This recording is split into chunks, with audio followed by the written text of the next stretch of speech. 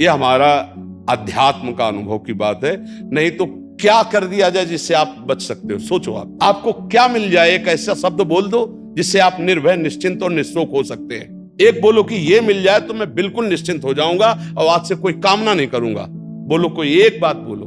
नहीं बोल सकते। आज हमारे बच्चों में बहुत जल्दी इतना सोचने की क्षमता आ गई है कि अब तो यार जीवन किस काम का। कहीं कोई ब्लैकमेल कर रहा तो जीवन, अरे हमें लड़ना है। तो ये जो बच्चा बोल रहा है कि हम भयभीत हो जाते हैं, हम शोकित हो जाते हैं, हम आगे, ये नकारात्मक सोच ही तो है। क्यों है? क्योंकि आधार नहीं है। आधार हो तो फौरन उसकी काट है। भगवान है ना, प्रभु है ना, ऐसा कैसे हो सकता है? हम उनका भजन करते हैं, हम उनके आश्रित हैं, ऐसा कैसे हो सकता है? महाराज जी, ये तो सोच रख लिया और इससे हम पार भी हो गए। महाराज जी, फिर जब असफल हो जाएं उसके बाद हमारा क्या मान्यता रहनी चाहिए? सही बात पूछो तो जब आप ऐसा करोगे तो असफलता में सफलता का ही आनंद अनुभव में आएगा। सकारात्मक सोच ही जीवन का सुख है। नहीं तो दुख और सुख और जय और पराजय ये टिकाऊ नहीं है। जैसे दिन टिकाऊ नहीं है, ऐसे रात टिकाऊ नहीं, ऐसे सुख टिकाऊ नहीं है, ऐसे दुख टिकाऊ नहीं। कोई सदैव विजयी नहीं रहता, कोई सदैव हारता नहीं, कोई सदैव सुखी नहीं रहता, कोई सदैव दुखी नहीं रहता। ये क्रम चलता रहता है। दुख के अवसर पर हमें हमारे विचार बचाते हैं हमको। अभी हम अपने विचार में अपने को बीमार मान ले तो हम कल से आने लायक नहीं रहेंगे, ध्यान रखना। हम आज अब भी नहीं मानते कि हम बीमार हैं। तो हमारी निगेटिव सोच जो है ये बिना भजन के नहीं जाएगी। और अगर ये बनी रही तो अरबों रुपया हो, खूब बड़ा पद हो, पति, व्यवस्था, पत्नी, सब कुछ हो, लेकिन नकारात्मक सोच तुम्हें चैन से नहीं रहने देगी। पक्की बात मान लीजिए। इसको सुधारना है तो सत्य पे आइए, धर्माचरण कीजिए, पवित्र चरित्र रखिए और नाम जप कीजिए। आपकी सोच बदल जाएगी। देखो, आपकी सोच अच्छी है तो आप थोड़ा कम पैसे वाले भी है ना, गरीब भी हैं, तो मस्त रहेंगे। सोच सही नहीं है तो चाहे आपके पास अरबों रुपया हो, आपका जीवन नरक जैसा रहेगा। क्योंकि आपकी सोच अशांति, कलह, नाना प्रकार की वासनाओं में, खेल में फंसाकर आपको नष्ट कर देगी। तो हमें लगता है कि बिना अध्यात्म के चिंता, भय, शोक इसका दूर होना बहुत कठिन है। नाम जप करो, चरित्र पावन रखो। आज प्रायः चरित्र को हम नहीं सुरक्षित रख रहे। ये समझ लीजिए कि चरित्रवान के पास ऐश्वर्य चरण चूमता है। चरित्रहीन चाहे आप जितना धन एकत्रित कर ले, शांति और सुख का अनुभव नहीं कर सकते। अब ये बात शास्त्र की और संतों की मानना स्वीकार करो तो अभी आनंद की अनुभूति हो जाए। हमारा चरित्र देखो, हम राम चरित्र गाते हैं। राम जी रघुवंश में प्रकट हुए और रावण उत्तम कुल पुलस्त करनाती, ब्राह्मणत्व उत्तम कुल पुलस्त करनाती, लेकिन चरित्रहीन हो गया तो राक्षस कहा गया। समझ रहे? चरित्र गाते हम, राम चरित्र गाते हैं। मां केवल अंतर है नहीं, वही बड़ी रा उसमें भी लगी हुई है। रा वह रा मां, वही भगवद अंश है, जय विजय और कोई दूसरा नहीं है। ये लीला करके दिखाया कि एक चरित्रहीन हो गया तो राक्षस है, और चरित्रवान तो वही भगवान। सब में भगवान है, वही अब लीला कर रहे। देखो, हम अपने चरित्र को पावन रखें, हम धर्म से चले, नाम जप करें तो अब कहीं भी आपके अंदर नकारात्मक भाव आपको परास्त नहीं कर सकता। यह हमारा अध्यात्म का अनुभव की बात है। नहीं तो क्या कर दिया जाए जिससे आप बच सकते हो? सोचो, आपको क्या मिल जाए? एक ऐसा शब्द बोल दो जिससे आप निर्भय, निश्चिंत और निःशोक हो सकते हैं। एक बोलो कि ये मिल जाए तो मैं बिल्कुल निश्चिंत हो जाऊंगा और आज से कोई कामना नहीं करूंगा। बोलो, कोई एक बात बोलो। नहीं बोल सकते, क्योंकि एक के साथ हजारों बातें लगी हुई हैं।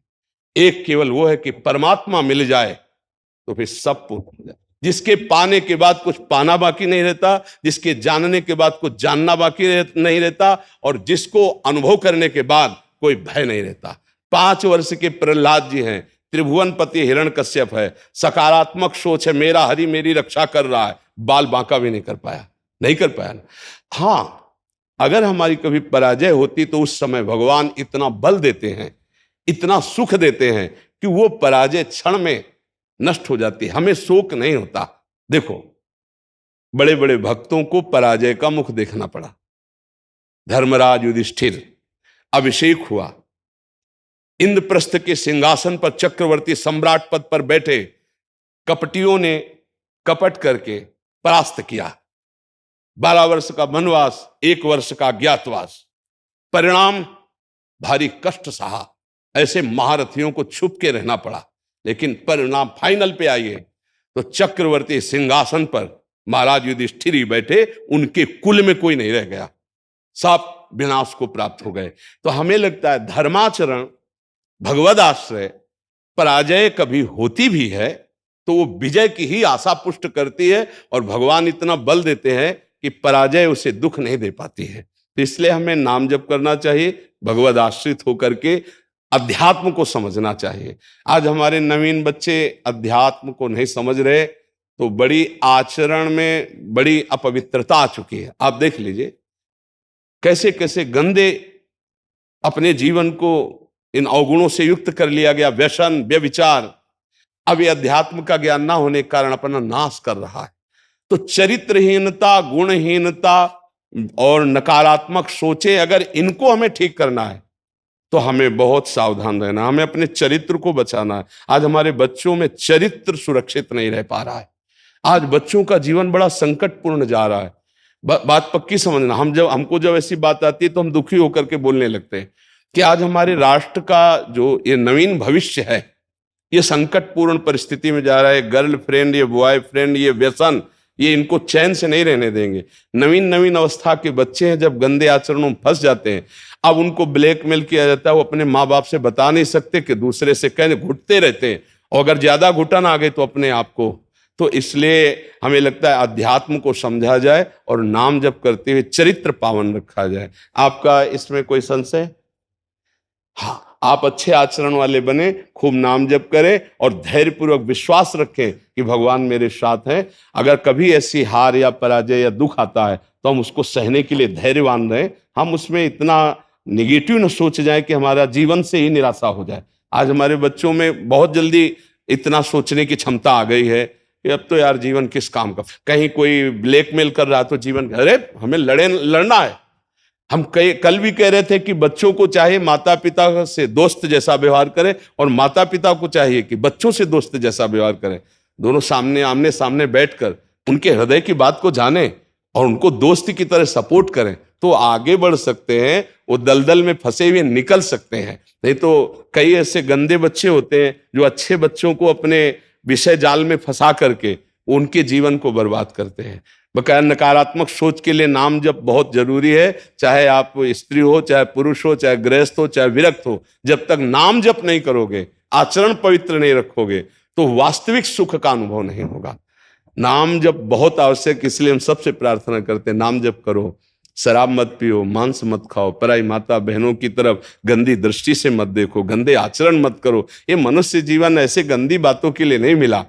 गृहस्थी में हो तो धर्माचरण करते हुए धर्म पूर्वक विषय भोगो और नाम जप करो, भगवान को प्राप्त हो। जी।